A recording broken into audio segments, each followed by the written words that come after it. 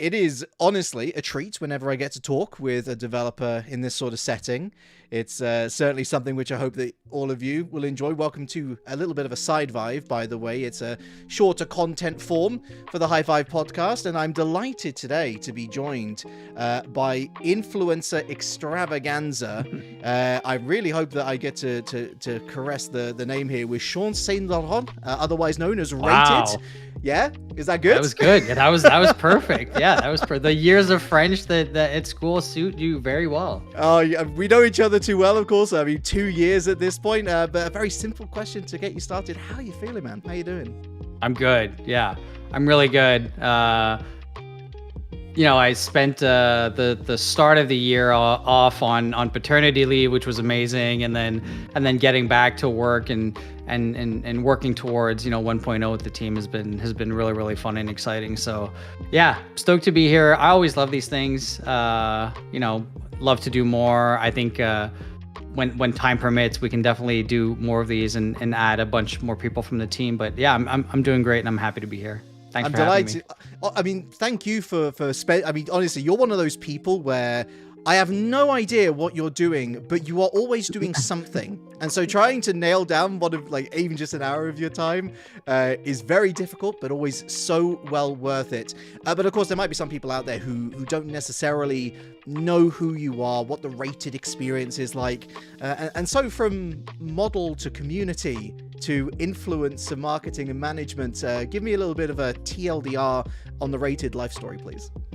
You scraped down my LinkedIn profile. Listen, I am inspired by hot ones. I want to do my research. My name Shaun St. Laurent. I work out of Montreal, Canada. So a lot of the teams on the West Coast, I come from Montreal. We're a few from Montreal actually, which is a pretty big gaming hub. So work out of the East Coast. I've been at Theorycraft for over 2 years doing influencer creator work. That the scope of my work, like you said, you're like, I don't know what you do. It sort of evolves with time. I think we had different phases of how my work evolved, going from bringing people into play tests to doing paid campaigns and taking care of our releases and stuff, and then talking with folks like you on the daily. But yeah, so I've been here for 2.5 years. Love this team. I think the motivating factor for me coming to Theorycraft was seeing the team here is insane. The project was always a huge motivation factor for me, but working with the best in the industry is definitely something that really compelled me to come here. And yeah, this team is insane. The iteration speed of, I mean, you were here for pre-NDA when we would ship builds every month, and those builds were significantly different one from the other, and that is something that's extremely motivating. So yeah, going from a big company to Theorycraft was amazing for that, because you actually get stuff done and really see the impact of your work. Prior to Theorycraft, I was at Gameloft, so I spent 7 years at Gameloft, which is a mobile studio first. They started releasing PC games with Dreamlight Valley, and I think they're heading more and more into PC console. But I was there for 7 years. I last had the influencer marketing team globally at Gameloft, so I was spearheading a team of 11, 12 people around the world, who were managing all of the different titles under the Gameloft umbrella. And we also had side clients that we would work with, because the company was owned by Vivendi, which is a pretty big conglomerate in France. So spent 7 years there. Prior to that, I worked in fashion. So I grew up, did some modeling when I was young. And then going into fashion was always something that I really wanted to do. So I worked before Gameloft. I worked in streetwear / fashion, doing community and influence there as well. And all of that and like my background in school studies is like criminology. So I did some communication studies, but most of what I did was criminology. So completely different from what I do now, but super stoked to have the opportunity to work with creators on the day to day and seeing like the evolution of creators for the past, almost 10 years has been insane. Like the fact that creators are now probably like the most performing channel in terms of generating awareness and trial, and yeah, it's been quite the journey. So I'm happy to be here, happy to be working in gaming. On the personal level, I was a big Call of Duty player back when Call of Duty 1 and 2 were played on PC. So I played professional Call of Duty 1 and Call of Duty 2 back when the Cal League and the Cyber Athlete Professional League and CEVO were around, and that was like pretty much my best memories of gaming. That was like an insane time, and it was like back when gaming was like not really super mainstream. And I remember getting into it with my parents all the time of like, one day you'll see gaming is gonna be something, and I'm gonna make it somewhere. And like now we're here, right? So it's like a full circle experience for gaming. But yeah, that's basically the rundown of my career so far. See, I feel like this is why we get on so well. One of the most least known facts about me is that I am also an ex-model, actually. Wow. Admittedly, I was 4 years old when I did that modeling for Bambini Vogue. It was. I mean, it's one of those things which is just like, it's so left field and so far removed from what I do now. But it's so interesting, isn't it? Just that is amazing. That is a fun fact. But then it's like, still we've managed to end up in the same space, different sides of the coin, with you more on the influencer and marketing and community side of things, and me doing shouting into a microphone side of things. But aside from that, we're both here in the same place supporting SUPERVIVE from these very strange and just distant backgrounds almost. And yeah, we also share the Call of Duty love. I mean, back when I was in school, I used to boot up World at War. So this was Call of Duty 5, I guess you could call it, back in the day. And one of my most treasured memories was getting all of our friends online to go into the war mode, which was, what was it, 12v12 or 24v24 or something? And just that experience of all these people playing this same game.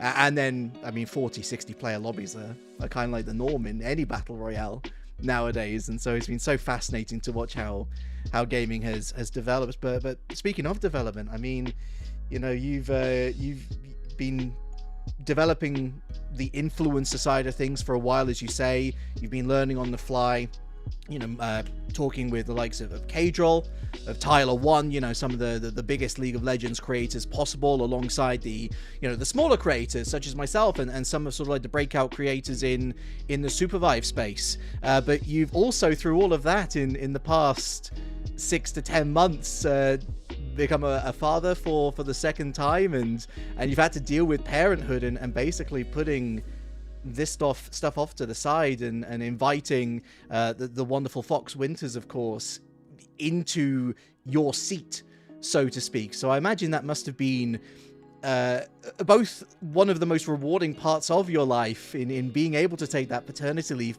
but also quite strange seeing all of the work that you had set up and sort of handing that off to someone else and not being able to be there on a daily basis and have your fingers in all the pies. Yeah, shout out to Fox. I mean, like,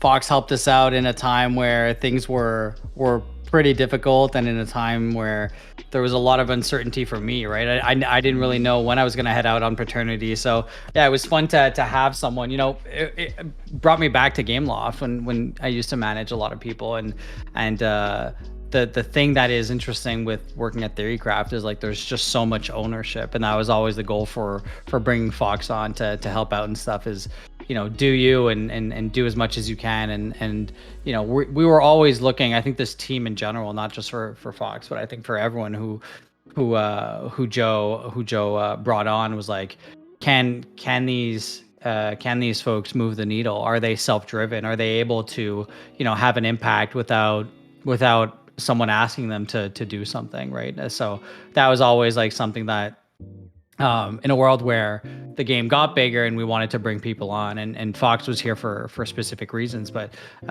was always like what we wanted as part of the team is like, hey, how much impact are you willing to do? How many people do you want to reach out to? Like show us that you can do stuff on the daily and not just stuff when it matters, right? And that was like sort of a blessing to find someone and then be able to actually go on paternity without thinking too much about the game. I won't lie.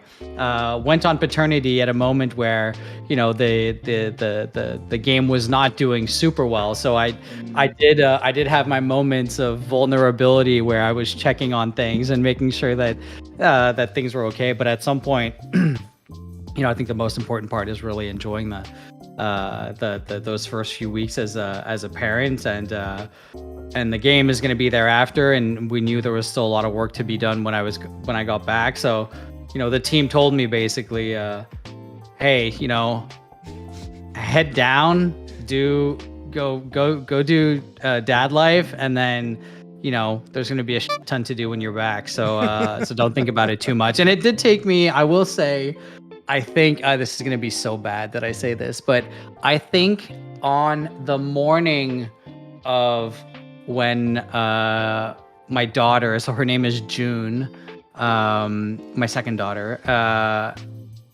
the morning of at the hospital, I was checking Discord on my phone. No, you weren't. And trying to see what was going on. And I was checking CCU charts as well. I was like, yeah, so it was like, I had a hard disconnect afterwards, but it's just to tell you how involved I think every single person on this team is. So it was good to have, you know, Fox there to help out and to sort of carry that weight while I was gone. But it was really difficult to get away from that because you're so involved. I think it's the advantage and the disadvantage of having a small team is like everyone's so involved in the project, but when it comes time to really like be out, it's like it's very difficult to be out. So yeah.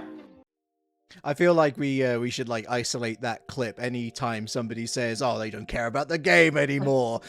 Second daughter being born, checking Discord, like. If people knew the amount of work it takes to get some of this stuff done, and the amount of time and effort that this team has made across the 4.5-5 years that the game has been developed, but also like in these key moments, like weeks ahead of OB or weeks ahead of SNF or like weeks ahead of 1.0, like right now, I think like the team is like heads down and it's all very important for everyone. And yeah, there's sacrifices to be made, but at the end of the day, it's like we joined this company in the hopes of taking this big shot and hopefully landing a home run. Like if we wanted to play it safe, I think we would have probably made a totally different game, right? I don't think like a live service PvP battle royale is like option number one for like playing it safe. But I think like everyone's motivations coming into this company was always that is like let's go for it, and if it doesn't work, it, you know, we will have done as much as we can, but the trade-off of having it work is really big too. So all that to say, Fox was amazing and he helped out in really great timing for sure. Yeah, he was a hugely important resource for sure, and shout out. Hope you're doing well. I do know that he listens to the High Five podcast and stuff. So hi Fox, hope you're doing well, and don't stay a stranger. With a lot of the complaining though, I think it all boils down to there are so many people in the community still, and they could be playing the game regularly, or they could be waiting for 1.0. Or they could just be waiting for that signal for them to come back and try it again, where, you know, the root of the frustration and the root of the anguish is that they want this game to do well.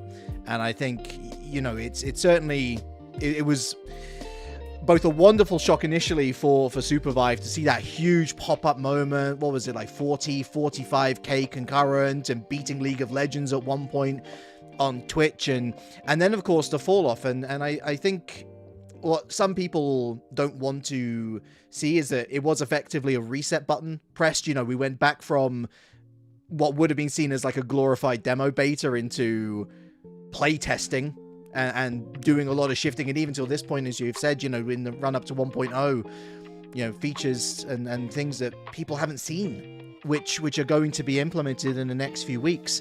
I think what people would certainly love to know is what the genuine vibe in the camp is like, because as you say, it's been heads down all the time, and people are really curious, you know, what lessons have you taken from the open beta launch and even the transition from Steam Next Fest over to open beta as well. You know, there is a challenge on the horizon convincing people, yeah, we're going into 1.0, you really want to come back and try this game.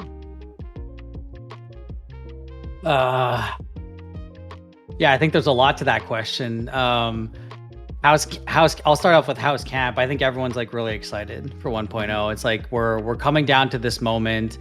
Most of this team has worked on the biggest games in the world. They know when things matter. But when it comes down to it, it's like games are hard, man. Like, you know, we're doing as much as we can, and we're taking these big swings for 1.0, and we're really excited to show, you know, players what we worked on. But at the end of the day, it's like players will play games that they feel are worthy of their time, right? Like rarely will someone go out of their way to play something that they don't really believe in, and we need to make them believers, like you said. So I think there's a big work there to happen. We got so much slack on Reddit about there's no marketing for this game. Why aren't you guys marketing this game? And so there's a big part of the work that I think comes down to marketing and showing up again with our core audience and signaling to people that this game is a lot better.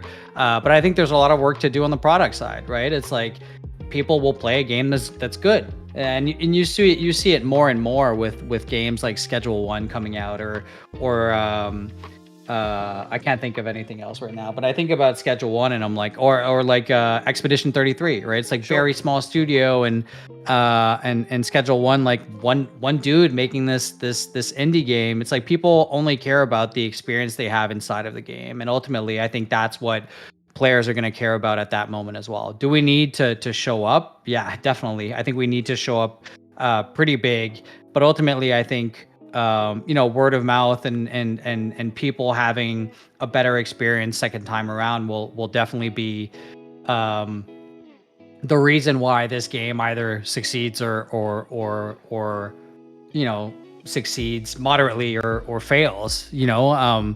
And that's the reality of games. At some point you're competing against, you know, so many people developing games and pushing games out on Steam daily and for so much attention, right? I forget the stat, but I think it's like 94% of the market plays like 6% of games, you know, like yeah, it's like Call of Duty, Fortnite, League, Counter-Strike, Val, Rivals right now. Like they play that, like 90+% of the market plays the top 6% of games. So making a dent in that is really difficult. But again, it's like what I was saying earlier, that's the swing that we want to take. Now it's a matter of like showing up well, both marketing wise, but also showing up extremely well on the product side. And I think it's also like, you know, we said this with OB, like open beta was what we said to the audience the beginning of SUPERVIVE, right? And we needed to launch into open beta to really test the game and test retention and develop in the open. And I think like SUPERVIVE 1.0 is that to some degree as well, right? I don't see it being this make or break moment. I see the game growing over time, month on month, and hopefully winning players over and really showing players what we're able to do maybe not month on month. I don't know the exact cadence of updates, but I don't want to commit actually to the cadence, but but I think it's like it is the start of a journey, and we need to win people over and win them over, like, again, update over update, and hopefully that's what we're able to do. So, you know, that's where everyone's heads at. Everyone is pushing towards 1.0. I think something that's really motivating for us as well is China, right? We announced that the game is being released in China. Getting a license in China is very difficult, and you know, with the help of our publishing partner NetEase, we're able to get that and be one of X games from the West being released to the Chinese audience, and that's a really big pivotal moment for us as well. So, so you know, there's a lot of exciting things, and I think the team is motivated by all of those exciting things. And ultimately, what we want to do is make a really good game. That's all we want to do. We want to make a game that, again, values players' time, and a game that we want to play ourselves as well, right? It's like, no one wants to play a game that isn't good. Like, and I think, like, our mindset is, hey, let's make this the best game that we'd want to play every single day, and the best game possible for players too. So that's how everyone's feeling, and it's pretty motivating now, coming down to, you know, a few months before launch. I think you make some great points, and I think it's a great call out as well, just highlighting the size of the studio comparative to some of these Goliaths. I mean, we talk about, of course, Gameloft, we talk about Riot Games, we talk about Blizzard. You know, the amount of just pure manpower, let alone monetary power, behind some of these titles that you see compared to SUPERVIVE. And then, you know, mentioning some of the successful products, sure, you know, we can look at your likes of your Expedition 33s, which some people are claiming absolutely Game of the Year contender, if not potentially up there for Game of the Decade. Another Game of the Year contender last year was Belantro, of course. Such a simple game concept and look, and yet people were truly captured by that game. And it's what makes SUPERVIVE, I think, such a truly just big unknown in the space, is that you've got this team size approaching a multiplayer hero shooter MOBA battle royale. It's a big task that you've taken upon yourselves, and yet, you know, to still have the desire and the gumption to still go at it, you know, despite what happened at the open beta launch. You know, there's a quiet confidence that I sense from you and from other team members that, you know, I'm privileged to talk to. But I imagine it must also be so frustrating seeing a lot of what I like to deem as community noise. You'll see the Discord and the subreddit flooded with all of these not so happy thoughts, shall we say, and there must be just like a grin sometimes knowing that you could directly address this. You could talk about something that hasn't been revealed yet, but you can't for one reason or another. There are so many different things going on in the background that sometimes ties your hand, let alone the idea that you want a successful marketing campaign, and actually the success of that campaign might hinge on what you say then. Yeah. I you know, we read and we shared internally all those negative threads on Reddit. We read the feedback as much as we can on all platforms. I think the reality is, like, if people are doing that, it's because, they want to see the success of the game, right? It's like, you're not taking time out of your day just to say some mean stuff. Maybe people do. Maybe that's me being oblivious. There's definitely a few of those out there. There's definitely a few of those people for sure. Yeah, there probably are. But I think, like, for a majority of people, if you're taking time out of your day to comment about issues that you feel are worth calling out, it's probably because it's like, you enjoy the game and you want to see it succeed. So for us, it's I think for the past few months, and Jess is like the person that's going into the trenches, into a lot of this feedback and talking directly with players, and thank God for her on tackling that. I think it's like, you need to read through the noise sometimes. Like, there's a lot of feedback that you read online that actually the issue isn't really what they're talking about, and it's something else. And I think, like, until you can really dive into finding out what the actual issue is with how people are voicing it, I think is a real challenge. So we've had to sort of navigate that, and also it's like there's some things that people talk about that are frustrating, and I think about competitive a lot, and I've said this so many times. I think about competitive SUPERVIVE and the way some players talk about competitive SUPERVIVE, and the frustrations around certain things, and and some decisions that were made by us and that will continue to be made by us around, maybe simplifying some things or maybe changing some things.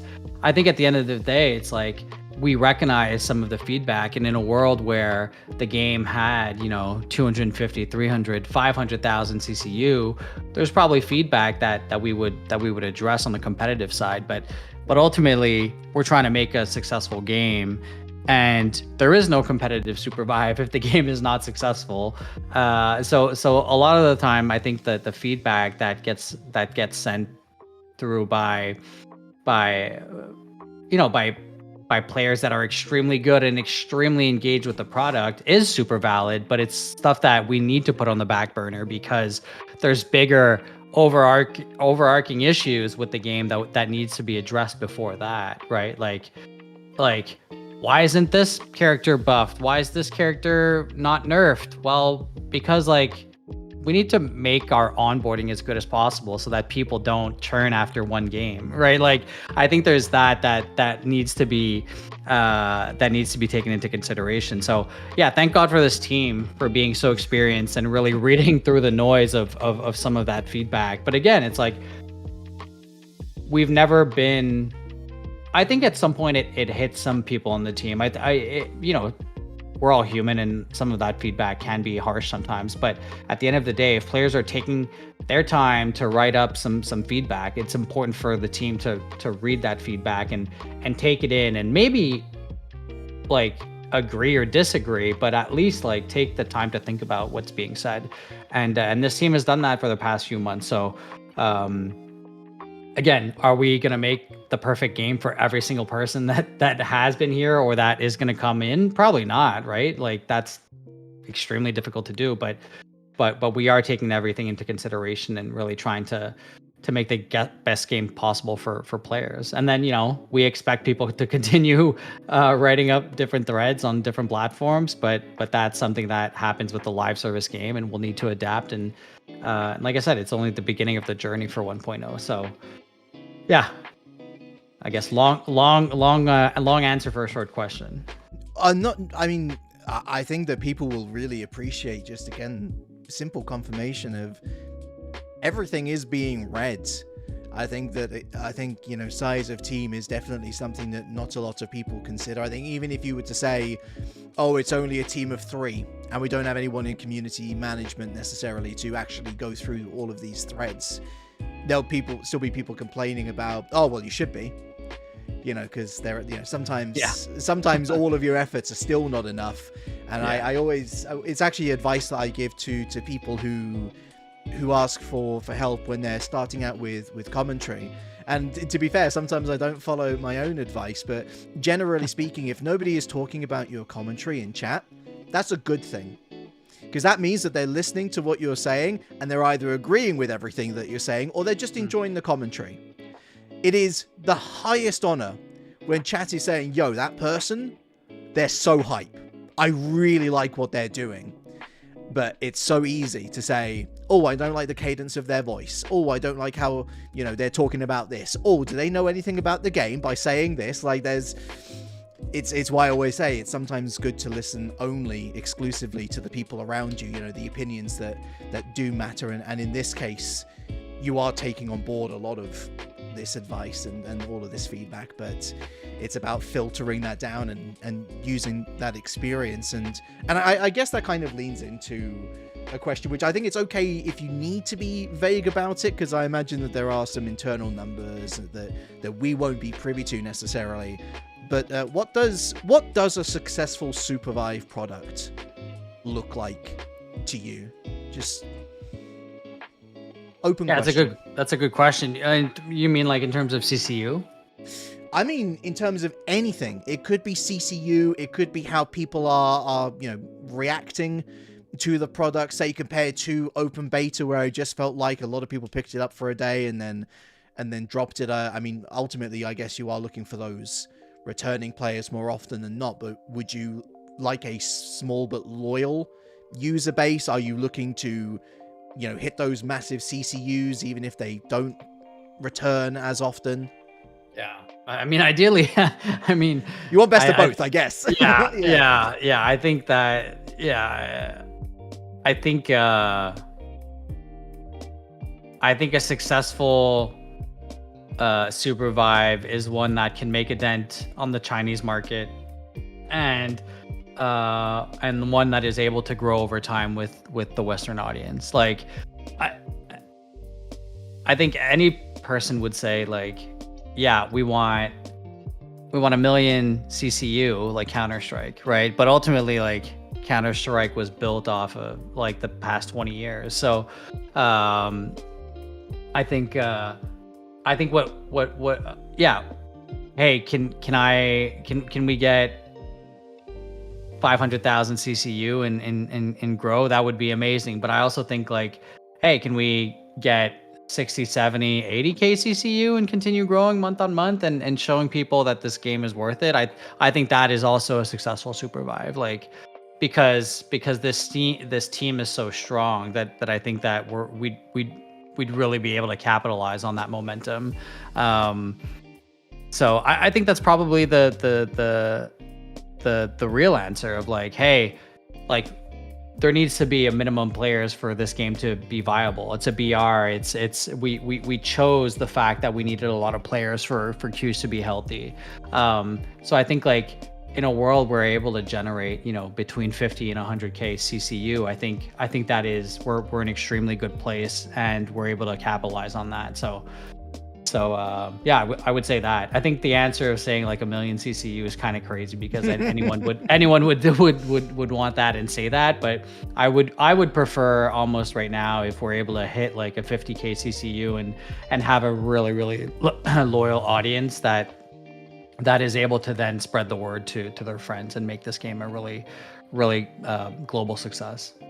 Yeah, because at the end of the day, Theorycraft Games isn't just here to make SUPERVIVE alone, right? There's clearly a long-term goal. We want 1,000-hour games, plural, as opposed to just this one. And I guess capturing the imagination of the Chinese audience will go a long way to helping that, even if the West isn't necessarily, if we're not able to pull our weight on the world stage, at least there is that core audience that's able to help you guys continue on. But let's say you are the front face of this SUPERVIVE. Let's say, you're harkening back to the modeling days, super fashionable, like high fashion.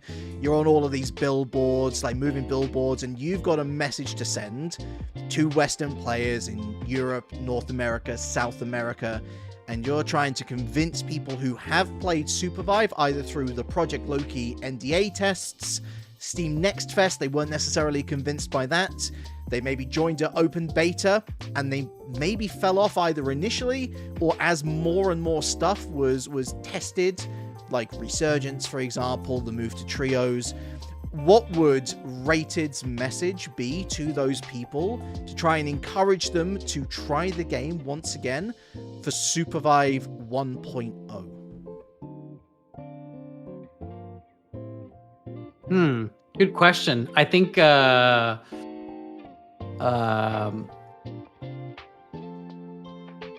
in and give it another shot.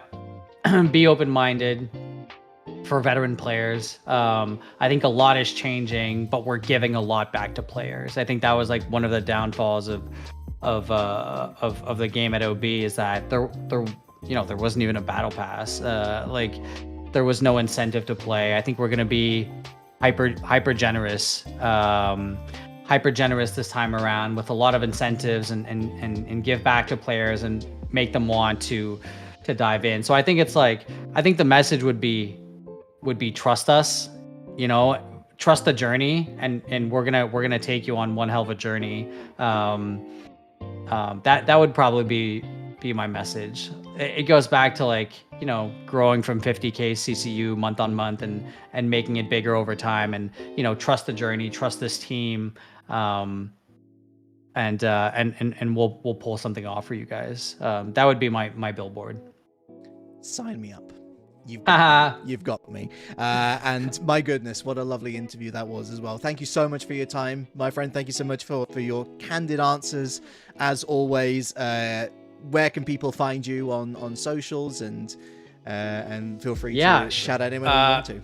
Twitter Shaun.stl, I think, or Shaun STL. I don't remember. You can follow you can find me there. LinkedIn, Shaun St. Laurent. On Discord, Shaun St. Laurent again. Hit me up for anything. I think my inboxes my inbox is always open. I respond to players all the time. Talk with creators all the time. I think for creators, like, this will be the time to get back onto the ship, because we have a lot in store as well, and I think it's going to be exciting times in the next few weeks.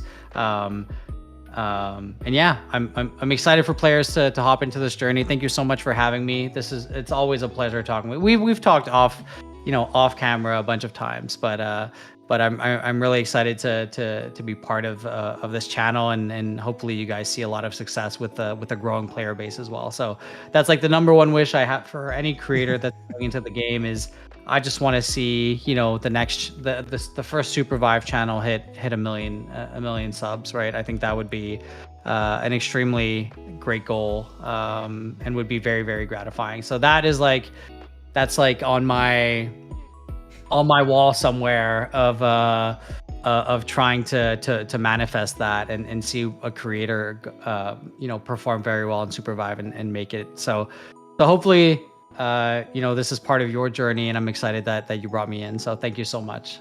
It is a privilege and an honor, genuinely. A gentleman and a scholar. Shaun St. Laurent, it's rated. I've been Reliq. This has been SIDE VIVE. Subscribe, like for more. Ciao.